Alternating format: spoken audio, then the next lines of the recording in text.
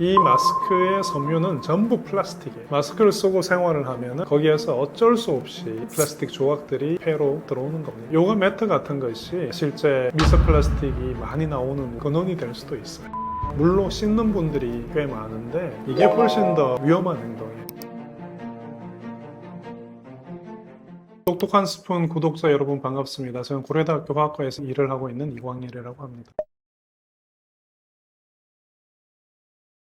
이런 영상을 찍으면 소위 어그로를 끌기 위해서 썸네일에 화학자가 뭐 냉동밥을 절대 먹지 않는 이유 이런 식으로 이제 나오긴 하는데 실제 냉동밥을 드셔도 되는데 밥을 이제 냉동을 할 때 되도록이면 플라스틱 용기에 하지 마시라는 거죠. 많은 분들이 밥을 작은 플라스틱 용기에 담고 소분을 하지 않습니까? 그 다음에 이 플라스틱 용기를 전자레인지에 넣고 그냥 데우는데 그 과정 속에서 플라스틱들이 많이 떨어져 나와요. 되도록이면 유리 용기 같은 데다가 밥을 보관을 하시고 데울 때도 유리 용기에서 데우신다면은 저는 거기에 대해서는 아무런 불만이 없습니다. 플라스틱에 내가 먹는 음식을 되도록 닿지 않게 하는 것. 그리고 이제 플라스틱 중에서도 다회 용기는 괜찮은 경우가 꽤 많이 있어요. 플라스틱 용기가 재질이 좀 단단해서 거기에서 미세 플라스틱이 잘 떨어져 나오지 않는 재질이라고 한다면 사용해도 되는데, 하지만 그런 용기라고 하더라도 낮은 온도와 높은 온도를 너무 왔다 갔다 하는 것은 좋지 않다, 이렇게 제가 말씀드리고 싶고요. 실제로 우리가 건강해지기 위해서 집에서 이제 요가 매트 같은 걸 두고 거기서 운동도 하고 그러지 않습니까? 요가 매트 같은 것이 실제 미세 플라스틱이 많이 나오는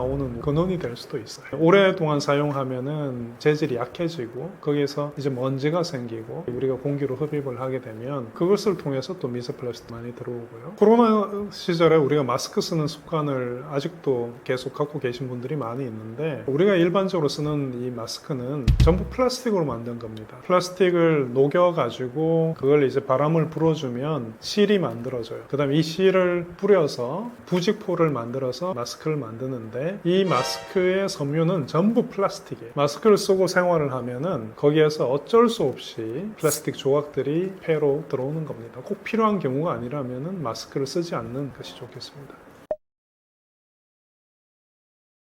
밥을 뭐 냉동 후에 전자레인지에 데워 드시는 건 아무 문제가 없습니다. 아무 문제가 없으니까 얼마든지 그렇게 하시고요. 화학 구조가 변하고 그럴 일도 없고, 그리고 밥을 하는 그 과정 중에 수용성 비타민 B나 C나 이런 것들은 대부분 다 파괴가 됐어요. 너무 걱정하지 마시고 그냥 전자레인지를 써서 드시면 되겠습니다. 하지만 이제 데울 때 유리 용기로 또는 도자기 재질로 드시면 좋겠습니다. 우리가 음식을 오랫동안 보관하기 위해서 냉장고를 많이 쓰죠. 많이 쓰는데 실제 냉장고의 온도가 4도 미만, 이 정도 온도가 오랫동안 유지가 되면 실제는 미생물이 자라는 속도가 좀 느려집니다. 여기서 이제 우리가 기억을 해야 되는 것은 미생물이 자라는 속도가 느려진다는 것이 자라지 않는다는 뜻이 아닙니다. 뭐 4도보다 좀 더 높은 온도가 되어버린다고 한다면은 실제 굉장히 빨리 미생물이 증식을 하죠. 예를 들자면 우유를 사서 우유 뚜껑을 열고 우리가 보관을 합니다. 그것이 설령 멸균유라고 그러죠. 먼 나라에서 온 그 멸균유 같은 경우에는 세균을 하나도 없이 다 죽인 그런 상태지만 이제 뚜껑을 딱 여는 순간 그때부터는 우리 주변에 있는 세균이 얼마든지 들어갈 수가 있어요. 역시 또 젊은 분들이 멸균유를 사면 뭐 상하지 않는다 이런 생각을 많이 하시고 그걸 사서 냉장고에 보관 안 하고 뭐 밖에 보관하는 그런 경우도 있고, 그런데 그건 굉장히 위험한 행동이고, 냉장고에 보관을 하더라도 온도가 4도보다 높아진다 그러면은 일주일, 2주일 이렇게 시간을 오랫동안 두시면 안 돼요.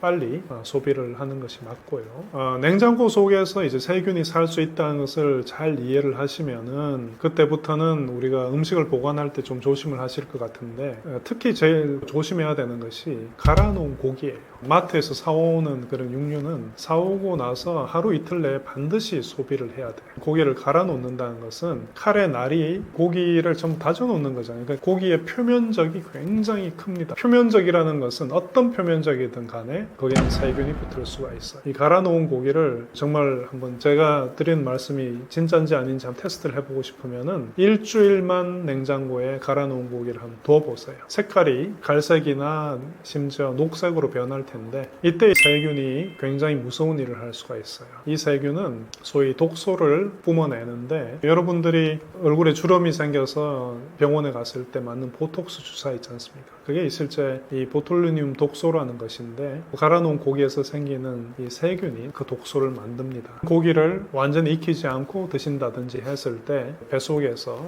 이 독소가 작용을 하면 어떻게 되겠어요? 뱃속이 멈춰버리겠죠. 마비가 되니까. 그게 바로 햄버거병입니다. 집에서 갈아놓은 고기나 어떤 육류라도 너무 오랫동안 냉장 보관을 하면 안 되고 냉동 보관이라면은 밀봉을 철저하게 하신다면은 심지어 몇 개월까지 보관을 할 수도 있겠죠. 냉장 보관하실 때 그런 거 좀 조심하면 될 것 같고요. 또 조심하셔야 될 게 닭고기 같은 것도 밖에서 사온 게 더럽다는 생각을 많이 하시죠. 칼도 닿았고 밖에 진열해 놨기 때문에. 그래서 집에 와서 이걸 물로 씻는 분들이 꽤 많은데 이게 훨씬 더 위험한 행동이에요. 물로 씻으면 수분이 생기지 않습니까? 고기의 표면에 수분이 있으면 고기에서 녹아 나오는 그런 어떤 양분들 그리고 수분 이게 완벽하죠. 세균들이 잘 살 수 있어요. 식중독에 걸릴 굉장히 위험한 행동이라고 생각하시면 될 것 같고요. 요리를 하기 직전에 씻는 것은 괜찮죠. 하지만 그것을 씻어서 보관을 하는 것은 좋은 방법은 아닙니다. 전자레인지에 대해서 세간에 굉장히 오해가 많습니다. 전자파가 나온다. 이게 굉장히 잘못된 이야기고요. 실제 이 전자레인지에서 발생하는 전자파는 마이크로파인데 전원을 켰을 때만 있는 거고 전원을 끄면은 없는 거예요. 마치 우리가 불을 이렇게 켜놓고 스위치를 딱 끄면 불이 꺼지는 않습니까? 똑같은 거예요. 마이크로파는 전원을 올렸을 때만 존재하는 거고 전원을 끄면 없어집니다. 근데 이 마이크로파가 전자기파이기 때문에 교류전기장이 생기는데 이 속에서 교류전자기장이 물분자를 뒤집으면서 물분자가 서로 마찰을 해서 열을 내게 만드는 게 마이크로웨이브인데 우리가 이제 마이크로웨이브를 보면은 우리가 물을 넣고 끓여보면은 금방 끓죠. 그래서 이 금방 끓는 것을 활용을 할 수가 있어요. 예를 들어서 채소의 경우에요. 채소는 비타민 C도 있고 비타민 B도 있고 이런 수용성 비타민들이 있는데 이것이 너무 높은 온도에서는 비교적 쉽게 분해가 될 수 있고요. 또 물 속에 녹아 나올 수가 있습니다. 근데 전자레인지 안에서 이제 요리를 하면은 굉장히 빨리 익히고 시간이 짧았기 때문에 비타민 C나 B 같은 것들이 그대로 남아 있을 수가 있어요. 그러니까 예를 들어서 브로콜리를 익혀서 드시겠다. 그러면 전자레인지를 쓰는 것이 찌는 것보다 삶는 것보다 훨씬 좋은 방법입니다. 녹말에는 두 가지 녹말이 있습니다. 선형적으로 생긴 녹말이 있고 마치 나무 가지처럼 이렇게 뻗어 있는 그런 녹말이 있는데 선으로 생긴 이 녹말은 평소에 있을 때 나선형으로 꼬여서 있습니다. 근데 이런 나선형으로 꼬여 있는 녹말 형태는 우리가 먹어도 소화를 잘 못 시키는데요. 쌀을 요리를 하면 어떤 일이 생기냐면 쌀 속에서는 제가 지금 조금 전에 얘기했던 녹말들이 꼬여 있는 상태. 근데 밥을 하면 여기 물이 들어가면서 이런 녹말들이 풀어 헤쳐집니다. 이거를 냉장고에 다시 넣고 내버려 두게 되면 냉장을 하건 냉동을 하든 간에 실제 냉장을 하는 경우에 더 그런 경우가 많은데 냉장을 해주게 되면은 풀려져 있던 녹말이 다시 꼬이게 돼요. 이걸 짧게 전자레인지를 사용해서 돌리게 되면 완전히 다 풀리질 못하는 거죠. 그래서 일부의 녹말은 꼬여있는 상태로 그대로 있으니까 우리가 소화를 못 시키는 거죠. 냉동밥을 전자레인지에서 짧게 돌려서 드시는 것은 녹말을 100% 다 소화를 못 시키기 때문에 다이어트에 도움이 될 수도 있는 거죠. 근데 건강이 안 좋으신 분들이 냉동밥을 전자레인지에서 짧게 돌려서 드시는 것은 별로 좋은 방법은 아니죠. 특히 병 후에는 모든 영양소를 다 섭취를 해야 되는데 이제 몸이 안 좋으시다, 병 후다 이럴 때는 죽을 만드는 이유가 이런 녹말들이 다 풀어 헤쳐지게 만드는 거죠. 그래서 이제 드시는 거고 또 재밌는 사실이 하나 있는데 우리가 먹는 기름 있죠. 기름 중에 코코넛 오일 같은 경우에 이제 포화지방이 꽤 많이 있는데 이 포화지방하고 제가 지금 말씀드린 선형의 그런 녹말이 서로 꼬여요. 지방이 들어가고 그 주변에 녹말이 꼬이는데 이렇게 된 구조는 우리가 소화를 잘 못 시킵니다. 그래서 밥을 하고 코코넛 오일이나 이런 걸 넣고 볶아서 그 다음에 냉장고에 뒀다가 꺼내서 드시면은 거의 한 30% 30% 정도? 그 정도는 소화를 못 시키는 게 되는 거죠. 그런 것들이 또 다이어트에 도움이 될 수도 있어요. 냉장고에 이제 음식을 보관을 하실 때 잘 상하는 그런 것들, 예를 들어서 밖에서 사온 고기 또는 우유 같은 것도 마찬가지죠. 고기라든지 우유라든지 이런 것들은 4도 미만에서 보관을 해야 돼요. 그래야 이게 세균이 잘 안 살죠. 세균이 생겼을 때 식중독균이 굉장히 독한 놈들이 생기는 그런 음식들의 경우에는 그 온도를 지켜주는 게 굉장히 중요하죠. 그래서 우유 같은 경우는 문에 두면 안 되는 거죠. 요즘 냉장고 문이 보면은 밖에서 열 수 있는 문에 두는 부분이 있지 않습니까? 근데 여기에는 온도가 꽤 높아요. 4도보다 훨씬 높고 여름에는 특히 문을 여닫는 경우가 많기 때문에 문 근처에 있는 음식들은 꽤 높은 온도에 보관이 되는 셈이죠. 그러니까 이런 우유라든지 고기 같은 것을 이 문 가까이 두는 것은 별로 좋은 생각이 아니고, 그리고 냉장고에서 높은 위치에 있는 것보다는 아래에 있는 것이 더 차갑죠. 온도가 더 높은 부분이 이제 위에 있으니까. 그러니까 잘 보관해야 되는 것, 차갑게 보관해야 되는 것은 냉장고의 밑부분에 보관을 하는, 또 깊숙한 부분, 그런 데 보관하는 것이 좋겠습니다. 화장실이 더러워지는 진짜 이유는 무엇인가요? 화장실을 더럽게 만드는 요인은 사람이죠. 사람이 화장실에서 하는 행동이 몸을 씻고 용변을 보는 것인데, 몸을 씻으면서 땀샘에서는 그냥 땀이 주로 나오겠지만 이 모공에 매달려 있는 피지샘도 있고, 또 모공에 이제 아포크린샘이라는 게 있습니다. 우리 몸에서는 피지도 나오고 단백질도 나오고 각질도 굉장히 많이 떨어져 나오죠. 각질은 거의 대부분이 이제 케라틴이라는 단백질로 이루어져 있어요. 그러니까 단백질하고 지방이 우리 몸에서 떨어져 나오는 오염물인데, 이런 것들이 세균의 입장에서 보면은 먹이죠. 우리도 지방이나 단백질 좋아하잖아요. 세균도 좋아한단 말이에요. 세균 입장에서 음식물을 먹으면서 사니까 화장실은 더러워질 수밖에 없는 건데, 이런 노폐물들을 세균이 분해를 하다 보면은 거기에서 뭐 암모니아도 나오고 황화합물, 방귀 냄새 같은 거 있죠. 이런 것도 이제 황화합물인데, 또 식초 냄새가 고약하듯이 우리 몸에서 나오는 지방산이 분해가 되면 굉장히 짧은 유기산이 만들어져요. 이런 것들이 냄새가 아주 고약합니다. 청어통조림 있잖아요.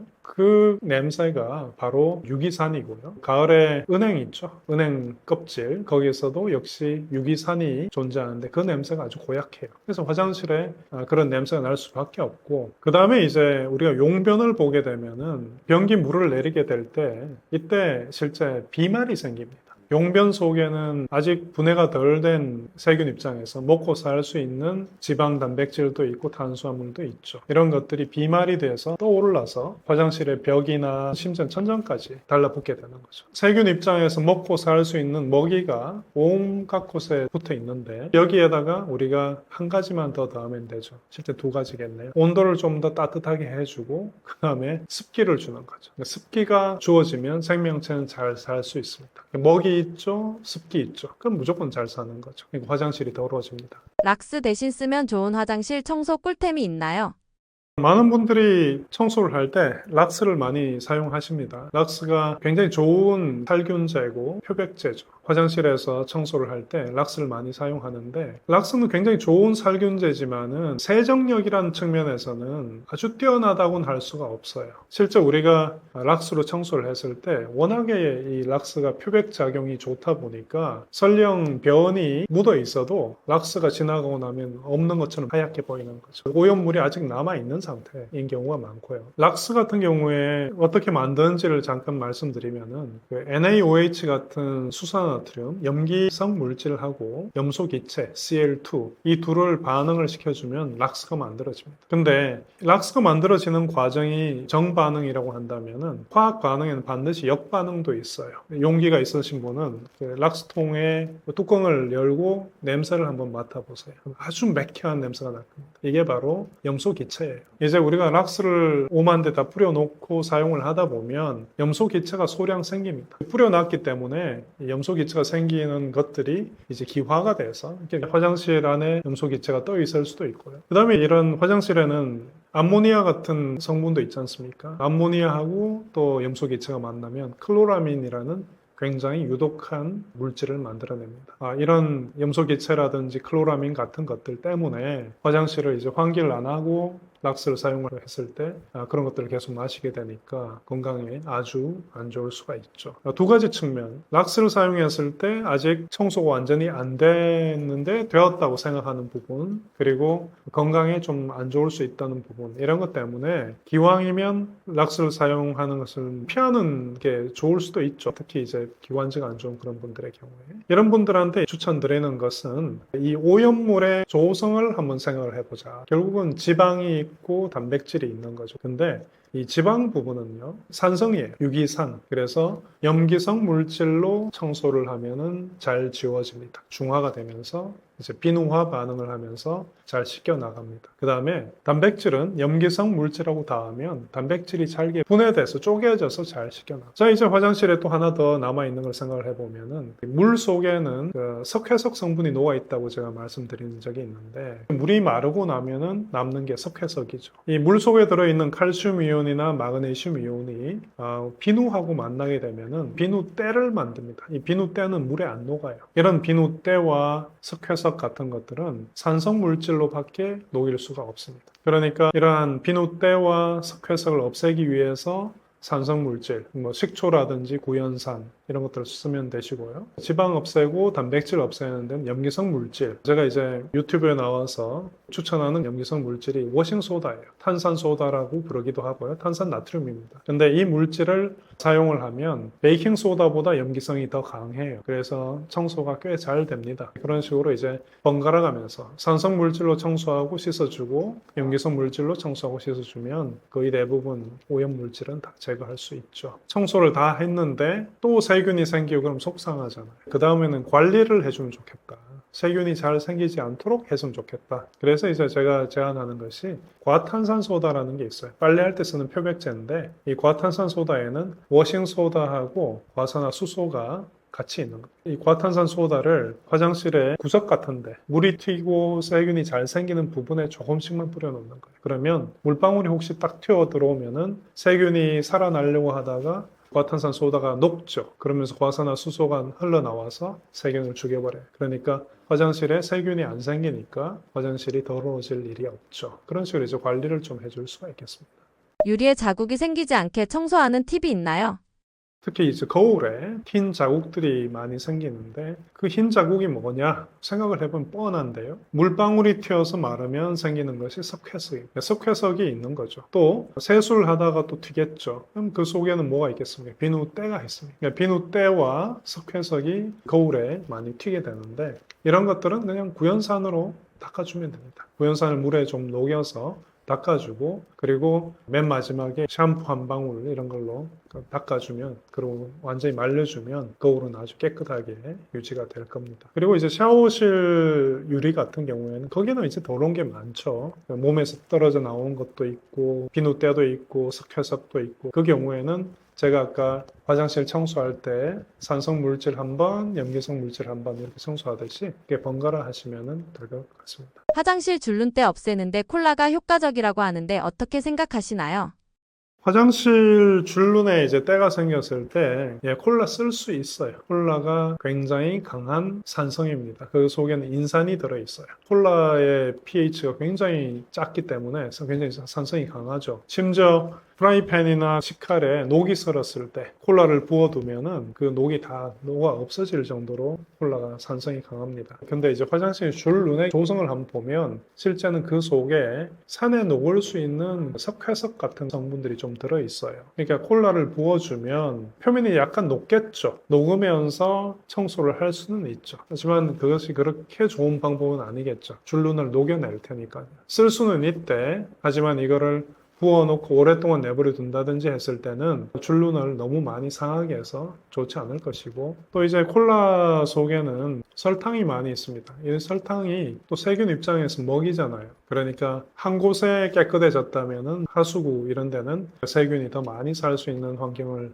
조성해 줄 수도 있으니까 콜라 굳이 그렇게 쓰지 않으셔도 좋을 것 같고요. 콜라를 쓸 바에는 뭐 식초라든지 구연산을 쓰는 것이 차라리 낫겠다. 이렇게 말씀드릴게요. 화학물을 안전하게 쓰는 방법은 무엇이 있나요?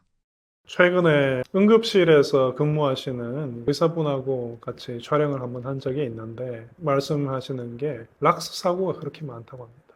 응급실에 오시는 분들이 실제 어떤 분은 이제 음독을 하시는 그런 경우도 있지만은 그뿐만 아니라 화장실에서 청소를 하다가 락스 때문에 이제 오시는 분이 있는데 많은 경우가 락스를 사용할 때 문을 닫아놓고 쓰는 것, 환기를 하지 않고 이제 그게 가장 크고 락스하고 식초를 섞어 쓰는 분들이 있어요. 굉장히 위험해요. 락스하고 식초 섞으면 염소기체가 그냥 생깁니다. 이 염소기체가 우리를 죽일 수도 있는 그런 독극물이니까 이 락스하고 산성물질은 절대 섞어 쓰면 안 되고 또 락스를 붓고 빨래를 삶는 분들 락스를 끓는 물에 두게 되면은 염소기체가 많이 생깁니다. 그것도 굉장히 위험하죠. 시골에서 넓은 그런 공터에서 끓인다면 그거는 괜찮죠. 하지만 집 안에서 빨래를 락스를 붓고 삶는다? 그건 정말 병원 갈 준비하시는 거예요. 그런 건 안 하셔야 돼요. 또 이제 락스하고 과탄산소다 또는 락스하고 과산화수소 이런 것들 섞으면요 폭발을 합니다. 굉장히 급격하게 산소 기체가 생기는데 이게 튀거나 그랬을 때 운이 나쁘면 실명을 할 수도 있고 그러니까 결국 이 화합물을 안전하게 쓰는 방법은 섞지 않는 것 그리고 원액 그대로 쓰지 않는 것 락스 같은 경우도 아주 많이 묽히잖아요 그런 묽힌 희석액으로 과일을 닦아서 세균을 죽이는 용도로도 쓰니까요 그러니까 진하게 쓰지 않는 게 굉장히 중요하고 섞지 않는 것 화학을 정말 잘 알아서 뭐 제가 쓴 책이나 이런 걸 보면서 따라 하시는 분은 괜찮겠지만은 그거를 잘 모르는 상태에서 이것저것 섞는다. 이 화합물들은 찌개 아니거든요. 찌개 만들듯이 막 섞어 쓰면 안 됩니다. 그러니까 모를 때는 그냥 한 가지 성분만 쓰고 그래도 모르겠다. 그냥 시판되는 제품 쓰시는 게 맞는 거예요.